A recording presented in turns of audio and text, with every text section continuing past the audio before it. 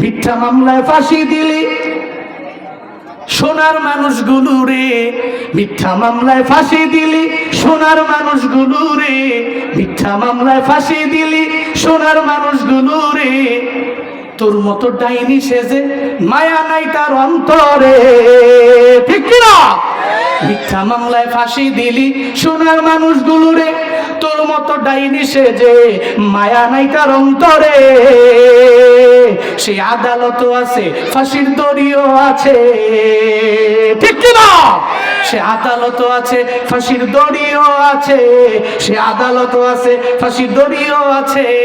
কবে পাবো বুবু তোমায় ঢাকা, অপেক্ষা করছি শুধু ঢাকা।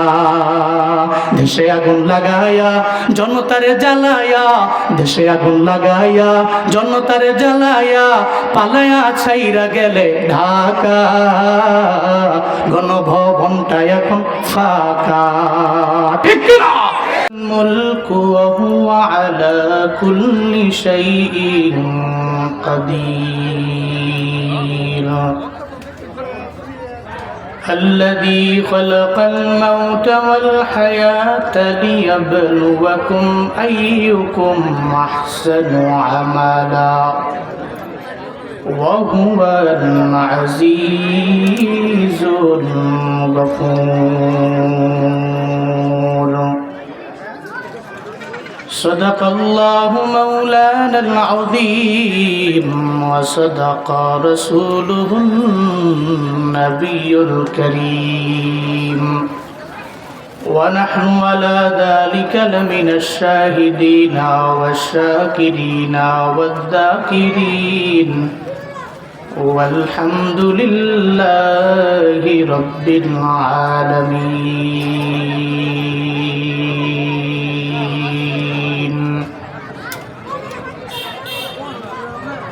दुनिया की सदाकत में तेरा नाम रहेगा,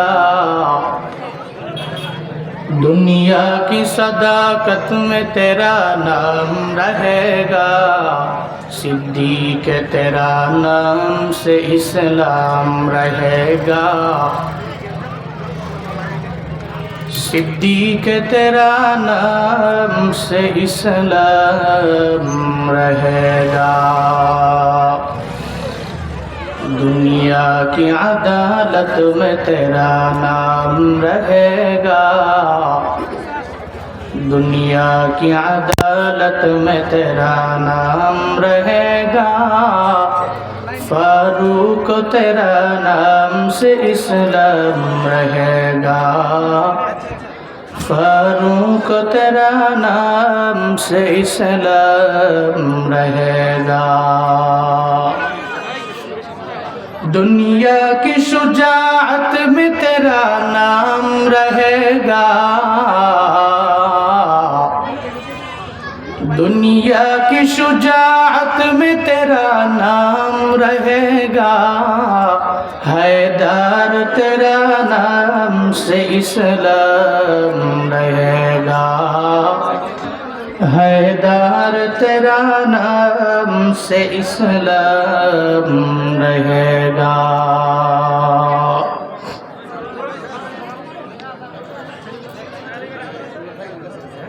বিশ্বজয়ী হাফেজ কারি আবু রায়হান এর সুনামধন্য উস্তাদ, আমাদের সম্মানিত শ্রদ্ধেয় বাজান মুফতি আব্দুল কাইয়ুমুল্লাহ ঢাকায়ের সুপরামর্শে পরিচালিত আউলিয়াবাদ বাজার তাহফিজ ইন্টারন্যাশনাল মাদ্রাসার উদ্যোগে আয়োজিত ইসলামী মহাসম্মেলনের আজ 18ই নভেম্বর 2025 মুতাবাররকি মজলিসের সম্মানিত সভাপতি, সহসভাপতি, প্রধান মেহমান, বিশেষ মেহমান সহ অনেক দেশের সারা জাগানো ব্যক্তিবর্গের নাম আজকের এই মাহফিলের হ্যান্ডবিলে পোস্টারে রয়েছে। দিনী আলোচনা শোনাবেন আপনাদেরকে অনেকেই, পবিত্র কালামুল্লাহ শরীফ থেকে আপনাদেরকে তিলাওয়াত করে শোনাবেন বিশ্বজয়ী কারি আবু রায়হান সহ হাফেজ কারি রিফাত বিন আব্দুর রশিদ, বাদ আল শাহ হযরত মাওলানা সোয়াইব আহমদ আশরাফি হাফিজাহুল্লাহ তাআলা আপনাদেরকে বয়ান শোনাবেন। বাজান তো আছেনই, প্রোগ্রামটা ওনার নিজেরই, উনি আমাকে ফোন দিয়ে বলেছে এই প্রোগ্রামটা আমারই। আমার লাস্ট প্রোগ্রামটা হচ্ছে সিরাজগঞ্জের এনায়েতপুরে। ঠিক আছে, তাহলে তো বাদ আল মাগরিব এখান থেকে করে ওখানে যাওয়া যায়। সবচেয়ে বড় বিষয় হলো বাজান বলছে, কথা রাখলাম আর কি। এটা একটা ভালোবাসার বহিঃপ্রকাশ। আমাদের এই ভালোবাসা জান্নাতে যাওয়ার কারণ হোক, সকলে পড়ে না আমিন। ভাই সব বাদ আল মাগরিব এবং মাগরিবের টাইম এই পৃথিবীতে সবচেয়ে দিনের মধ্যে ব্যস্ততম এক সময়। দেখবেন প্রত্যেকটা বাজারে থাকে জ্যাম, প্রত্যেকটা চায়ের দোকান থাকে খুব জমজমাট মাগরিবের সময়। কিন্তু কিছু গুটি কয়েক সংখ্যক লোক আপনারা বাদ আল মাগরিবি কিছু দিনই আলোচনা শোনার লক্ষ্যে আপনাদের ব্যস্ততম সময় নষ্ট করে এখানে বসে আছেন। যারা এই মাহফিলের আয়োজন করেছেন প্রত্যেকের জন্য শুরুতে একটু দোয়া করি, এরপরে রবের প্রশংসা করেই শুরু করি আমরা। যারা এই মাহফিলের আয়োজন করেছেন আল্লাহ প্রত্যেককে দুনিয়া এবং আখিরাত উভয় জাহানে কল্যাণকামীদের অন্তর্ভুক্ত বানিয়ে দেন, সকলেই পড়ে না আমিন। আল্লাহ এই মাহফিলকে ওসিলা করে অত মাদ্রাসাকে আল্লাহ পাক কবুল করেন। আত-তাহফিজ ইন্টারন্যাশনাল মাদ্রাসা আউলিয়াবাদ বাজারের অন্তর্ভুক্ত এই মাদ্রাসা আল্লাহ পাক দ্বীনের মার্কাজ বানিয়ে দেন, সকলেই পড়ে না আমিন। আমরা শুরুতেই যে আল্লাহ পাক তৌফিক দিচ্ছেন কথা বলার এবং কথা শোনার, ওই আল্লাহর প্রশংসা করি। সকলে চিল্লায় একবার করে পড়ি আলহামদুলিল্লাহ। আমার সাথে পড়ুন রব্বানা লাকাল হামদ হামদান কাসীরান তাইয়িবান মুবারাকান ফি ইয়া রাব্বি লাকাল হামদু কামা ইয়ানবাগি লিজালালি ওয়াজহিকা ওয়া আযীমি সুলতানিক লাকাল হামদু বিল কুরআন লাকাল হামদু বিল ইসলাম লাকাল হামদু বিল ঈমান। আমরা প্রশংসা করলাম কার? মৃত্যু পর্যন্ত আল্লাহ চলবে, বলি ইনশাআল্লাহ। আল্লাহ পাক তৌফিক দান করেন। আমি খুতবায় সূরাতুল মুলক এর 2টি আয়াতে কারিমা তিলাওয়াত করেছি। বড় দামি সূরা, বরকতপূর্ণ সূরা সূরাতুল মুলক। সূরাতুল মুলক পাঠককারী যে ব্যক্তি পাঠ করে এ ব্যক্তির দাম আছে। পবিত্র কালামুল্লাহ শরীফ যে তিলাওয়াত করে এ ব্যক্তির দাম তো রবের দরবারে অনেক অনেক অনেক বেশি। যেই ব্যক্তি পাঠ করবে, যেই স্থান থেকে পাঠ করবে, যেই সুর দিয়েই পাঠ করবে, যেভাবেই পাঠ করবে, তার দাম আছে না নেই? আচ্ছা, সূরাতুল মুলক তো কিছু থাকে খুবই স্পেশাল। পবিত্র কালামুল্লাহ মাজিদের সূরাতুল ইয়াসিন, সূরাতুল আর রহমান, সূরাতুল ওয়াকিয়া, সূরাতুল মুলক, এই সমস্ত সূরাগুলো তুলনামূলক আরও বেশি দামি সূরা এবং ফজিলতপূর্ণ সূরা। কেউ যদি সূরা মুলক নিয়মিত পাঠ করে, নিয়মিত সূরা মুলক যে নিয়মিত পাঠ করে, হাসরের ময়দানে এই সূরা মুলক বান্দাকে জাহান্নাম থেকে ফিরাইয়া জান্নাতে নিয়ে যাবে। সুবহানাল্লাহ জোরে পড়বেন না? আপনার অল্প সংখ্যক লোক তো একটু আওয়াজ করে বলতে হবে। সূরা মুলক জাহান্নাম থেকে ফিরাইয়া বান্দাকে কই নিয়ে যাবে? জান্নাতে নিয়ে যাবে। এমন এক দামি সূরা বান্দারে জাহান্নাম থেকে ফিরাইয়া জান্নাতে নিয়ে যায়। সূরাতুল মুলক এত পরিমাণে এক দামি সূরার নাম রে বাপ। দুনিয়াতে মানুষ বাঁচার জন্য উকিল ধরে, যেই বান্দা জালেম ও দেখবে উকিল ধরে, উকিল তার জুলুমটারে দেখবেন এই জুলুমটা যে সে করলো এটাকেও মিথ্যা প্রমাণ করার জন্য উকিল ট্রাই করে। দুনিয়াতে মানুষ বাঁচার জন্য উকিল ধরে, উকিলের কাজটা কি দেখবেন? উকিল বলে এই মানুষটা অন্যায়কারী, আর পরে অন্যায়ের পক্ষে নেওয়ার জন্য বারবার তার সাফাই গায়, গুণগান গায়, তার মিথ্যাটারে সত্যতে কনভার্ট করার জন্য যা করা লাগে সব ওই উকিল করে। কারণ উকিল তো তার টাকা খেয়েছে, উকিল জানে তাকে সত্যবাদী, সে এটা প্রমাণ করা লাগবে, পাগলের মতো হয়ে যায় উকিল। গত 16 বছরের ফ্যাসিস্ট সরকারের উকিল ছিল একজন, টানা 1.5 মাস 2 মাস 3 মাস লাগাইয়া বহু চেষ্টা করলো তার প্রমাণ করার জন্য জানেন না ও অত্যাচারী না, ও মানবতা বিরোধী কোনো কাজ করেন নাই। অথচ গতকালকে আমরা সব তাকায় তাকায় দেখলাম, এখন তো উকিলও মুস্কি মুস্কি হেসে জানায় দিল আমার কথা এরা রাখে না। মূলত উকিলও তো জানে যে 16 বছর মানুষের উপরে জুলুম করে, নির্যাতন করে, ও তো অবশ্যই মানবতা বিরোধী, ও জীবনেও কোনোদিন ফাঁসির রায় থেকে দূরে সরে যেতে পারে না। চিল্লা কও ঠিক কিনা? 16 বছরের জালেম যে মানুষের উপরে জুলমের মাত্রা বাড়াইল, অত্যাচার করতে করতে করতে করতে নিরপরাধ মানুষগুলোরে আদালতে নিয়ে মিথ্যা মামলার মাধ্যমে এদের উপরে মিথ্যা মামলা দিয়ে এরপরে ফাঁসির কাস্টে যে ঝুলাইল। দুনিয়াতে আর উপরেও তার উকিল আছে, উকিল ট্রাই করছে তারে বাঁচানোর জন্য। আল্লাহ কয় উকিল দিয়েও পারবি না, আমি আল্লাহ যখন ধরি। ওয়া মাকারু ওয়া মাকারাল্লাহ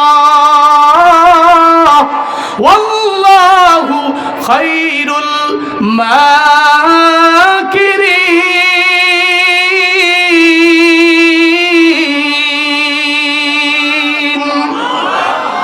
আল্লাহ পাক বলেন তুই চক্রান্ত করেছ, আমি আল্লাহ এমন পরিকল্পনা করব, ও বান্দা তোর চক্রান্ত যত বড় হবে আমি রবের পরিকল্পনা এর চাইতেও বড়। তুই জীবনেও কোনোদিন চক্রান্ত করে আমি আল্লাহর সাথে পারবি না। আল্লাহর পরিকল্পনা এত মহান। ফেরাউন চেষ্টা করলো মুসা নবীরে ধ্বংস করার জন্য, পারে নাই। নমরুদ চেষ্টা করলো ইব্রাহিম নবীরে ধ্বংস করার জন্য, পারে নাই। এই আবু জাহাল চেষ্টা করলো আমার মায়ের নবীরে মিথ্যাবাদী বানানোর জন্য, আবু জাহালও পারে নাই আমার নবীরে।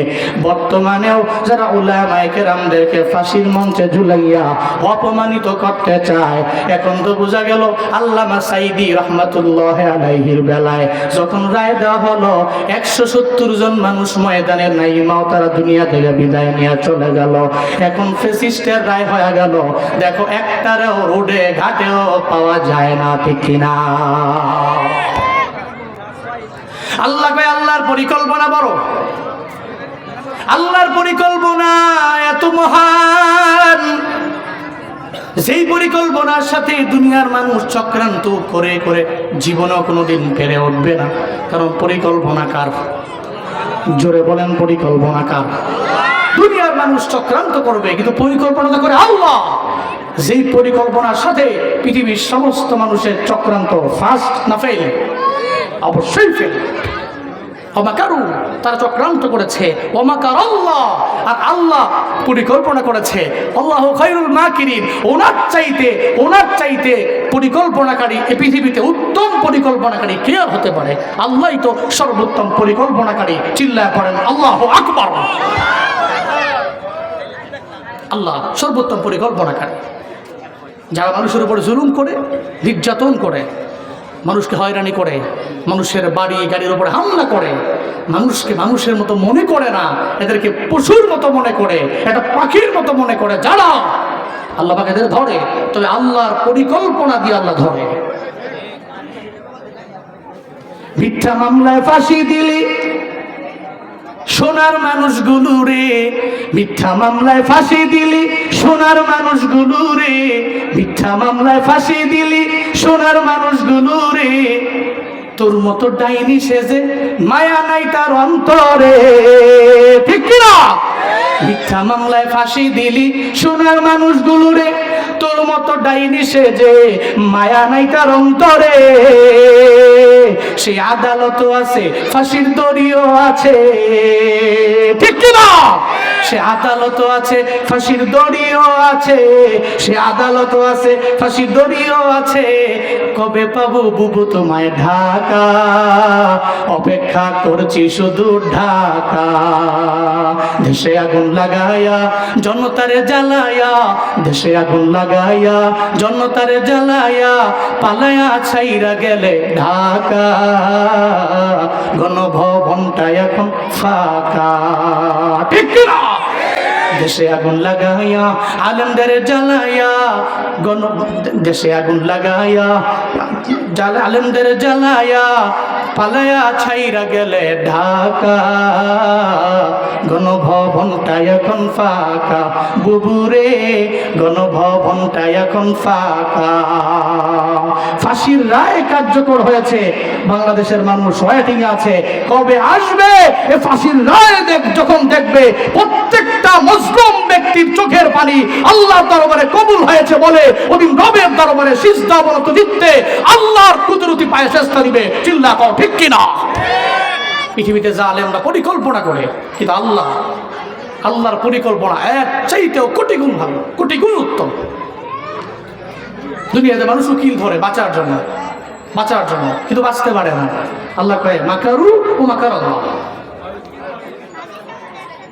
পৃথিবীতে মানুষগুলো যে উকিল ধরে, ঠিক তদ্রুপ ভাবে সূরা মুলক কিয়ামতের ময়দানে প্রত্যেকটা পাঠককারীর জন্য নিজেই উকিল হয়ে যাবে। সুবহানাল্লাহ পড়বেন না? নিজে ওকালতি করবে। যে মানুষটা জাহান্নামের পথে গেল, ওরা জাহান্নাম থেকে ফিরা জান্নাতের পথে নিয়ে যাবে। যে সূরা মুলক করবে, জাহান্নাম থেকে ফিরে ওরা জান্নাতের পথে নিয়ে যাবে। শুধু তাই না, আব্দুল্লাহ ইবনে মাসউদের বর্ণনা উনি বলেন, বান্দাকে কবরের মধ্যে যখন ডাকা হবে, কবরের মধ্যে শোয়া দেওয়ার পরে আযাবে ফেরেশতা আযাব দেওয়ার জন্য যখন বান্দার দরবারে আসবে, পায়ের বরাবর দাঁড়ায় যাবে। সূরাতুল মুলক পাঠ করনেওয়ালা ব্যক্তির পায়ের বরাবর আযাবে ফেরেশতা আসার পরে সূরা মুলক দাঁড়ায় যাবে। কি করবা? কয় তার পায়ের দিক দিয়ে আমি আযাব দিব। কয় পারবি না। কেন পারবো না? সে তো পায়ের উপরে দাঁড়ায় দাঁড়ায় সূরা মুলকের তিলাওয়াত করলো, সূরা মুলকের পাঠ করলো, সূরা মুলকের তিলাওয়াত করলো পায়ের দরবারে, পায়ের দিক দিয়ে আযাব দিতে পারবা না। এরপরে আযাবে ফেরেশতা চলে যাবে বান্দার বুকের বরাবর, বুকের বরাবর যাওয়ার পরে এবার আবার সূরা মুলক দিয়ে দাঁড়ায় যাবে। ওই বান্দারে বুক বরাবর তুমি আযাব দিতে পারবা না। ওই কেন দিতে পারবো না? কারণ বুকের মধ্যে তো আমার সে ধারণ করলো, তার এই বুকে কখনো আযাব লাগতে পারে না, কোনো শাস্তি বুকের মধ্যে দেওয়া যেতে পারে না। এরপরে আযাবে ফেরেশতা চলে যাবে বান্দার মাথা বরাবর, ওখানে গিয়েও সূরা মুলক দাঁড়ায় যাবে। এই তুমি এখানেও কেন?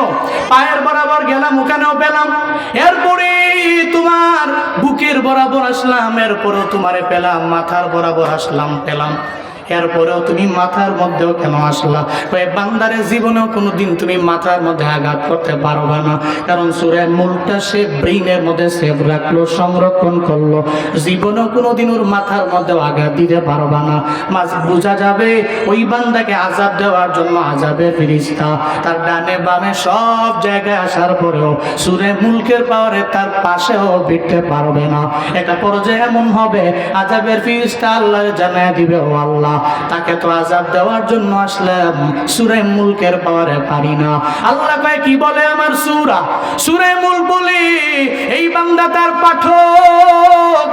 আল্লাহ বলবে যে সে যেহেতু সূরা মুলকের পাঠক, বারবার রাতের বেলা সূরা মুলক পড়ে রাতের বেলা ঘুমায় গেল, ও আযাবের ফেরেশতা এই বান্দার কবরটারে আর জাহান্নাম রাখা যাবে না, এখানে আগুন দেওয়া যাবে না, শাস্তি দেওয়া যাবে না, শাপ দেওয়া যাবে না। আযাবের ফেরেশতা সূরা মুলকের সুপারিশের কারণে তার কবরটার এই মুহূর্তে জান্নাত বানায়া দাও। আতিনা ফি দারে দুনিয়া না হাসান, আতিনা ফি দারে উকবা না হাসান, ইয়া গিয়াসুল মুস্তাগীসি নাহদিনা লাফদিকারা বিল উলুমে ওয়াল গিনা, হর গরি দে নেকো তু তৈয়ার है जो न मंगे उस्त तू बेजारो है। সূরা মুলক বান্দার কবরে জান্নাত বানানোর কারণ হয়ে যাবে ওসিলা। এত দামি সূরা, এই সূরার পাঠককারী বান্দারের জাহান্নাম থেকে ফিরে জান্নাতে নিয়ে যাবে। শুধু তাই না, এই সূরা মুলক এত পরিমাণে দামি, বান্দার জন্য উকিল হয়ে গেল, আবার কবরে গেল, কবরের আযাবটা মাফ হয়ে গেল সূরা মুলকের পাঠককারীর জন্য। আল্লাহ সূরার মধ্যে কি জানায় দেয় বান্দা শুনে যাও। 1 নম্বর আয়াতের মধ্যে আল্লাহ জানায় দেয় রবের কি পরিমাণে পাওয়ার, আমার আল্লাহর কি পরিমাণে শক্তি আল্লাহ জানায় দেয়, আল্লাহ কি পরিমাণে মুলকের মালিক। আল্লাহ বলেন তাবারাকাল্লাযী বিয়াদিহিল মুলকু ওয়া হুয়া আলা কুল্লি শাইইন কাদির। চিল্লা জোরে করে পড়েন আল্লাহু আকবার। আল্লাহ পাক বলেন তাবারাকা, বরকতময় ওই রব, যত পৃথিবীর বরকত আছে সব বরকত আমার আল্লাহর ভিতরে আছে। আমার আল্লাহ এমন কোনো গুণ নাই যেই গুণে গুণান্বিত না। তাবারাকা, উনি বরকতময় আমার আল্লাহ। আল্লাযী বিয়াদিহিল মুলক, যে আল্লাহর হাতের মধ্যেই রয়েছে রাজত্ব, যে আমার আল্লাহর হাতের মধ্যে রয়েছে ক্ষমতা। কুলিল্লাহুম্মা মালিকাল মুলকি তুতিল মুলকা মিম্মান তাশা ওয়া তানজিউল মুলকা মিম্মান তাশা ওয়া তুইজ্জু মান তাশা ওয়া তুযিল্লু মান তাশা বিয়াদিকাল খায়র ইন্নাকা আলা কুল্লি শাইইন কাদির। পড়েন আল্লাহু আকবার। আল্লাহ পাক জানায়া দিলেন আমি আল্লাহ মুলকের মালিক। ও পয়গম্বর, আপনি বলুন আল্লাহুম্মা মালিকাল মুলক। আল্লাহ বলেন রাজা দিরাজ আমার আল্লাহ। তুতিল মুলকা মান তাশা, আল্লাহ যারে চায় মুলক দেয়, আল্লাহ যারে চায় না। ওয়া তানজিউল মুলকা মিম্মান তাশা, আল্লাহ যারে চায় না ওই বান্দারে আমার আল্লাহ মুলকে রাজা বানায় না। আল্লাহ যারে চায় তো তুইজ্জু মান তাশা, আল্লাহ সম্মান দেয় যারে মন চায় তারে দেয়। ওয়া তুযিল্লু মান তাশা, আল্লাহ যারে চায় না তারে জিল্লতি দেয়। বিয়াদিকাল খায়র, সব কিছুর উত্তমতা আমার আল্লাহর হাতে। সর্বময় ক্ষমতার মালিক একজন, চিল্লা বলেন তার নাম। আল্লাহ হলেন সর্বময় ক্ষমতার মালিক। আল্লাহ বলেন বরকতময় ওই রব, ইন্নাকা আলা কুল্লি শাইইন কাদির। সব ক্ষমতা আমি আল্লাহর হাতে। দুনিয়ার কোনো বান্দারে সব ক্ষমতার মালিক আমি আল্লাহ বানাই নাই। এই সূরা মুলকের প্রথম আয়াতে আল্লাহ জানায়া দিলেন রবের মুলকের কথা। এরপরে দ্বিতীয় নম্বর আয়াতের মধ্যে আল্লাহ পাক বলেন আল্লাযী খালাকাল মাউতা ওয়াল হায়াতা লিয়াবলুয়াকুম আইয়ুকুম আহসানু আমালা ওয়া হুয়াল আজিজুল গফুর। চিল্লায়া পড়েন আল্লাহু আকবার। আল্লাহ প্রথম নম্বর আয়াতে পরিচয় দিলেন আমি হলাম মালিকুল মুলক। দ্বিতীয় নম্বরে আল্লাহ পরিচয় দিলেন আল্লাযী খালাকাল মাউতা ওয়াল হায়াত, আল্লাহ তো উনি যিনি বানাইলেন মরণ, আল্লাহ তো উনি যিনি বানাইলেন জীবন। আল্লাহ বলেন আগে বানাইলাম জীবন মরণ, এরপরে বানাইলাম জীবন। খালাকাল মাউতা ওয়াল হায়াত, আল্লাহ কয় আগে মরণ বানাইলাম এরপরে জীবন বানাইলাম। এর মানে ছিলাম মৃত্যু, আল্লাহ এরপরে আমাদের জীবন দিয়া দিলেন। আমার বাবার এক ফোঁটা নাপাক পানি থেকে আল্লাহ আমারে আপনারে বানাইলেন। আল্লাহ পাক বলেন কাইফা তাকফুরুনা বিল্লাহি ওয়া কুনতুম আমওয়াতান ফাআহইয়াকুম সুম্মা ইউমীতুকুম সুম্মা ইউহয়ীকুম সুম্মা ইলাইহি তুরজাউন। আল্লাহ পাক বলেন বান্দারে কাইফা তাকফুরুন, কিভাবে অস্বীকার করো আমি আল্লাহকে। কেমনে তুমি কুফরি করো আমি আল্লাহর সাথে, কেমনে তুমি অস্বীকার করো আমি আল্লাহরে। অকুনতুম আমওয়াতা, বরং তোমরা তো ছিলে মৃত। ফাহিয়াকুম, এরপরে আমি আল্লাহ তোমাদের জীবিত করলাম। সুম্মা ইউমীতুকুম, এরপরে আবার তোমরা মরণ বরণ করবে। আবার তো আমি আল্লাহর দরবারে তোমার চলে আসা লাগবে। ওয়া ইলাইহিন নুশুর, দুনিয়াতে এমন কোনো বান্দা নাই যে বলতে পারবে আমার মরণের পরে আমার আল্লাহ আমারে বানাইতে পারবে না। আবার পুনরায় বডি স্ট্রাকচার আমারে দিতে পারবে না আমার আল্লাহ। আল্লাহর তো সেই পাওয়ার আছে রে বাবা। ইন্নামা আমরুহু ইযা আরাদা শাইআ আইয়াকুলা লাহু কুন ফায়াকুন। ফাসুবহানাল্লাযী বিয়াদিহি মালাকুতু কুল্লি শাইইন ওয়া ইলাইহি তুরজাউন।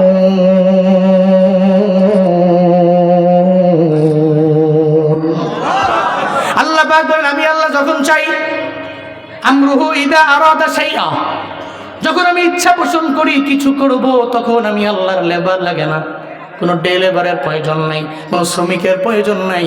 আমি আল্লাহ তখন বলি আমরা হাজার মারুফের সিগা দিয়ে কুন হ, এটা বলতে দেরি হইতে আর দেরি নাই, কারণ আমি আল্লাহ তো সে পাওয়ার আছে, আমি আল্লাহ সেই ক্ষমতা আছে। আল্লাহ কয় বান্দারে আমি আল্লাহ প্রথমে মরণ বানাইলাম, এরপরে আবার তোরে জীবন দিয়া দিলাম, এরপরে আবার আমার দরবারে আসা লাগবে। মিনহা খালাকনাকুম ওয়া ফিহা নুঈদুকুম ওয়া মিনহা নুখরিজুকুম তারাতান নুকরা। আল্লাহ পাক বলেন এই মাটি থেকে তোরে আমি বানাইছি, এই মাটির মধ্যে বান্দারে তোর আবার চলে যাওয়া লাগবে, ওই মাটি থেকে আবার আমি আল্লাহ তোরে উঠাবো। আল্লাহ সেই কথাই সূরাতুল মুলকের 2 নম্বর আয়াতে জানায়া দেয়, আল্লাযী খালাকাল মাউতা ওয়াল হায়াতা লিয়াবলুয়াকুম আইয়ুকুম আহসানু আমালা। আল্লাহ কয় আমি আল্লাহ মরণ বানাইলাম, জীবন বানাইলাম, কেন বানাইলাম? আল্লাহ কেন বানাইলেন আমাদের? কেন দিলেন মরণ? আল্লাহ তো মায়া করে জীবন দিয়েছেন। আল্লাহ তো পারতেন তোর হায়াত দিয়ে দিলাম 1000 বছর, 2000 বছর, 3000 বছর, অথবা তুই মরবি না।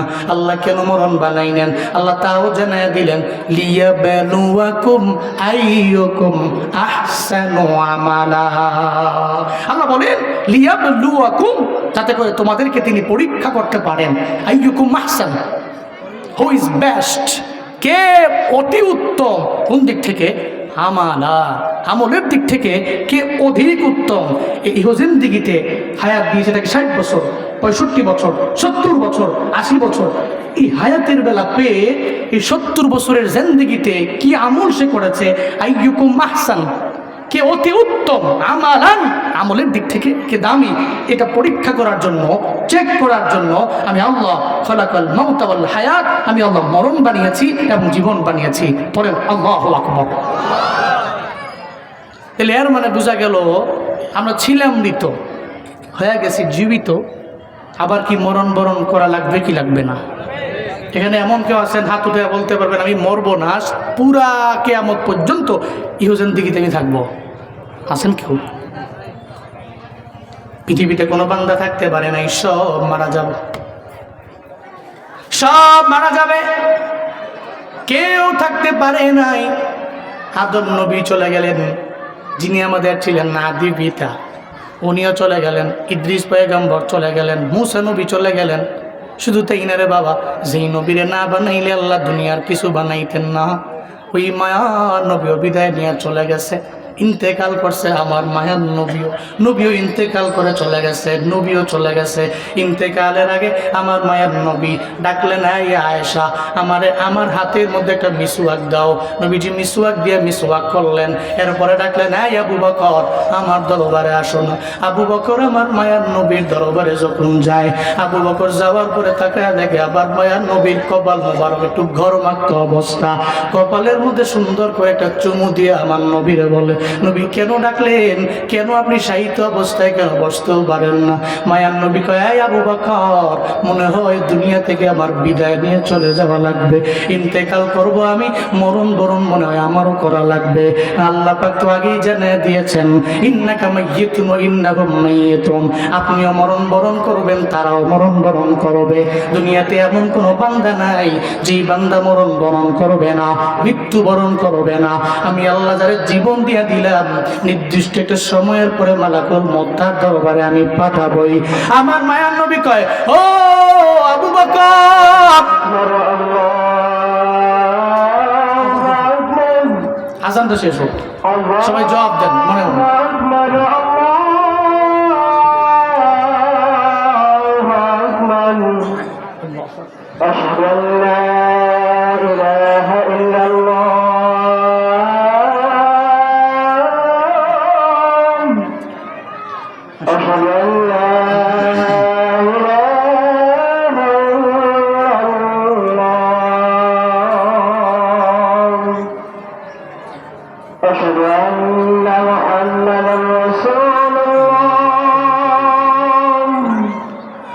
أشهد أن محمدا رسول الله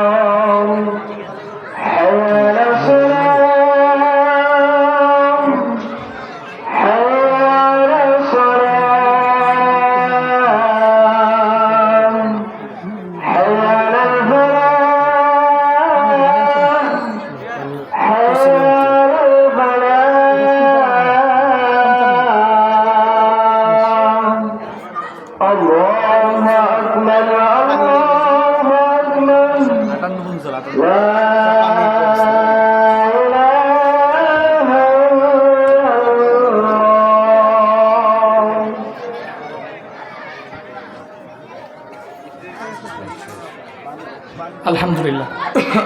আবু বকর রাদিয়াল্লাহু আনহু নবীজির কাছে আসলেন।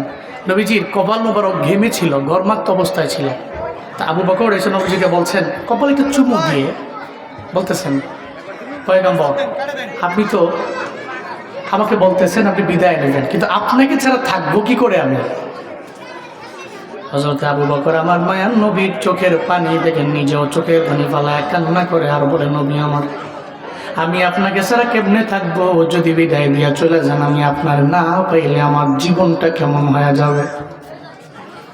হযরত আবু বকর চোখের পানি ফেলে কান্না করেন। মায়া নবী জানায় দেয়, আমার আবু বকর রে, আমি বাঁচবো না, দুনিয়া থেকে বিদায় নিয়ে চলে গেল, অসুবিধা নাই। মুমিনেরা মরণের ডরায় না। মুমিন যদিও মরণ বরণ করে, মৃত্যুবরণ করে, মরণের ডরায় না। কারণ মরণটা তার জন্য একটা খাল, ওই খালের ওপার হচ্ছে আমার আল্লাহ, খালের এপার হচ্ছে আমি নিজে, মুমিন নিজে। মুমিন ওই খাল তাকে পার হতে দেরি, আল্লাহর সাথে মুলাকাত করতে দেরি হয় না। তুহফাতুল মুমিনি আল মাউত, মুমিনের তুফা হলো আল মাউত। মুমিনের পুরস্কার হলো, মুমিনের জন্য হলো মরণ। এই মুমিন তো মরণ বরণ করবে, এটাই স্বাভাবিক ব্যাপার। তবে এই মরণকে উনি ডরায় না। উনি জানে এটা আমার জন্য একটা হাদিয়া, এটা আমার জন্য একটা পুরস্কার। আমি যদি মরণ বরণ করতে পারি, এরপরে মোলাকাত হবে আমার রবের সঙ্গে, আমার রবের সঙ্গে হবে আমার মোলাকাত। এই জন্য সাহাবায়ে কেরামদের আমার নবী জানায় দিল, ও সাহাবায়ে কেরামেরা, তোমরা মরণ বরণ করবে, অসুবিধা নাই, তবে মরণ বরণের আগে তোমরাও জানতে পারবে যে মারা যাবা। বলে কেমনে জানবো নবী আমার? যদি আমলের লাইনে অগ্রগামী হয়ে যাও, আমলের লাইনে অগ্রগামী হতে পারলে তাহলে মৃত্যুর আগেও বুঝতে পারবে যে তোমার মরণ হয়ে যাবে। এই জন্য দেখবেন নেককার লোকেরা 40 দিন আগে থেকে মানুষের দাঁড়িয়ে দাঁড়িয়ে যায়, সব আত্মীয় স্বজনের দরবারে গিয়ে বলে, আবারে মাফ করে দিও। চায়ের দোকানে যায় না, ওখানে বারবার যায় না, আগে যাইতে হঠাৎ করে যাওয়া বন্ধ করে দিল। ওখানে যায় বলে, হাই আমার প্রতিবেশীরা, আমারে মাফ করে দিও, আমার কথায় ভুল হয়ে গেলে আমারে ক্ষমা করে দিও, মনে হয় দুনিয়ার মধ্যে আমি বাঁচবো না। এর মানে বোঝা গেল, আপনি নেককার হন, বদকার হন, যাই হন না কেন, আপনি পয়গম্বর, পয়গম্বররাও যদি মারা যেতে পারে, এর মানে আপনিও মারা যাবেন। সাহাবায়ে কেরামরাও চলে গেল। আল্লাহ কয়, বান্দা তোমার মরণ নিশ্চিত, তবে কোন জায়গায় হবে, কিভাবে হবে তোমার জানা নাই। নেককার যেই মানুষগুলো হবে, এরা বুঝতে পারবে যে আল্লাহর সাথে আমার মোলাকাতের বেলা, আল্লাহর সাথে আমার মোলাকাত করার সময় এটা অটোমেটিক্যালি আমার কাছে চলে আসতেছে। এই জন্য রে বাবা, এই যে এখানে যে মা বাবারা আছেন, সন্তানগুলা দুনিয়াতে আছে, আবার যারা এখনো বিয়ে শাদী করেন নাই, সামনে করবেন, সন্তানাদি আসবে, নিয়ত করে নেন রে বাবা, আপনি 4 শ্রেণীর মা বাবা হবেন। যেই 4 শ্রেণীর মা বাবারা বেলা হিসাব হবে জান্নাতে যাবে। 4 শ্রেণীর মা বাবা আল্লাহর দরবারে বেলা হিসাব জান্নাতে যাবে। এদের মধ্যে 1 নাম্বার তারা যারা হলো শুহাদা, শুহাদাদের মা বাবা, এরা বেলা হিসাব আমার রবের জান্নাতে চলে যাবে। এই জন্যই সাহাবায়ে কেরামের বিবিরা, সাহাবায়ে কেরামেরা এরা সন্তানদের যুদ্ধের ময়দানে পাঠাইতো, এদের জানা আছে এই সন্তানটারে যদি আমি যুদ্ধের ময়দানে পাঠাইও, যদি নিজের শহীদ বানায় নেয়, তাহলে তার উসিলায় তো আমি জান্নাতের মধ্যে যেতে পারবো। 1 নম্বরে শুহাদাদের মা বাবা জান্নাতি। 2 নাম্বার, মাদ্রাসায় সন্তানটারে পড়াইছো, যেই সন্তানটারে মাদ্রাসায় পড়াইলা, ওই সন্তানটা তোমারে নিয়ে যাবে জান্নাতে। যেই মাদ্রাসার মধ্যে পড়াইয়া হাফেজ বানাইলা, আলেম বানাইলা, ও কোরআন পড়লো, কোরআন অনুযায়ী নিজের জিন্দেগিটা পরিচালনা করলো। মদিনাওয়ালা নবী কয়, হাসরের ময়দানে হাফেজ এবং আলেমে কামেলটা হাসরের ময়দানে যখন যাবে, এই আলেমে কামেলটা, হাফেজে কামেলটা জান্নাতে চলে যাবে। ও যাওয়ার আগে দেখবে ওই জান্নাতের মধ্যে ওর মাও নাই, ওই জান্নাতের মধ্যে ওর বাবাও যায় নাই। ও আল্লাহকে বলবে, ও আল্লাহ, আমার মা বাবারা যদি আজকে জান্নাতে না দাও, তাহলে আমিও জান্নাতে যেতে চাই না। আল্লাহ বলবে, কি চাও? আমার মা বাবা জাহান্নামী হয়ে গেছে, ওই মা বাবারে জাহান্নাম থেকে ফিরে জান্নাতে নিবার চাই। সুবহানাল্লাহ পড়বেন না? কুল্লুহুম কদ ওয়াজাবাত লাহুমুন নার, যাদের জন্য জাহান্নামের আযাবটা, জাহান্নামের শাস্তিটা ওয়াজিব হয়ে গেল, এরা জাহান্নামে যাবে নিশ্চিত হয়ে গেল। এরপরেও জাহান্নাম থেকে ফিরে আল্লাহ বলবে, এই ফিরিস্তা, এদেরকে জাহান্নামের মধ্যে দেওয়া যাবে না। এদের সন্তানদের এরা মাদ্রাসায় পড়াইলো, এদের সন্তানদের হাফেজ আলেম বানাইয়া এরা দুনিয়ার মধ্যে কষ্ট কম করে নাই। হাফেজ আলেম হয়েছে, দুনিয়াবি লাইনের অনেক ফায়দা এদের হয় নাই। এরা তো আখিরাতের চিন্তা করে, এদের মাদ্রাসায় পড়াইলো। ও ফিরিস্তা, এই বান্দাগুলোরে জাহান্নামে দেওয়া যাবে না। এদের সন্তানের দোয়ার বদৌলতে, রিকোয়েস্টের বদৌলতে এই মা বাবারা জাহান্নাম থেকে ফিরে জান্নাতের মধ্যে ঢুকিয়ে দাও। এর মানে মাদ্রাসায় যদি আপনার একটা ছেলে দেন অথবা মেয়ে দেন, ও বাবা, এই ছেলে আপনার জান্নাতে যাওয়ার কারণ হয়ে যাবে, আপনার এই মেয়েটা আপনার জান্নাতে যাওয়ার কারণ হয়ে দাঁড়াবে। শুধু তাই না, নবীজি বলেন 3 নম্বরে ওই মা বাবা জান্নাতি, যেই মা বাবার একটা নাবালেগ অবস্থায় সন্তান মারা যায়। নাবালেগ অবস্থায় মারা গেল, ও বালেগ হতে পারে নাই, ও মাত্র 1 বছরে মারা গেল, না হয় 2 বছরে মারা গেল, না হয় 5 মাসে মারা গেল, 6 মাসে মারা গেল। এই নাবালেগ অবস্থায় যে যার সন্তান মারা যায়, আল্লাহ এই মা বাবাগুলোর জান্নাতের মধ্যে দিয়ে দিবে। এই 4 নম্বরে যেই মা বাবার সন্তান একটা পাগল আছে, তবে ওই পাগলটা সে জন্ম থেকেই পাগল হয়ে গেল, ওই পাগল তো জান্নাতি, তার কোনো হিসাব নাই, তার হিসাবও লাগবে না।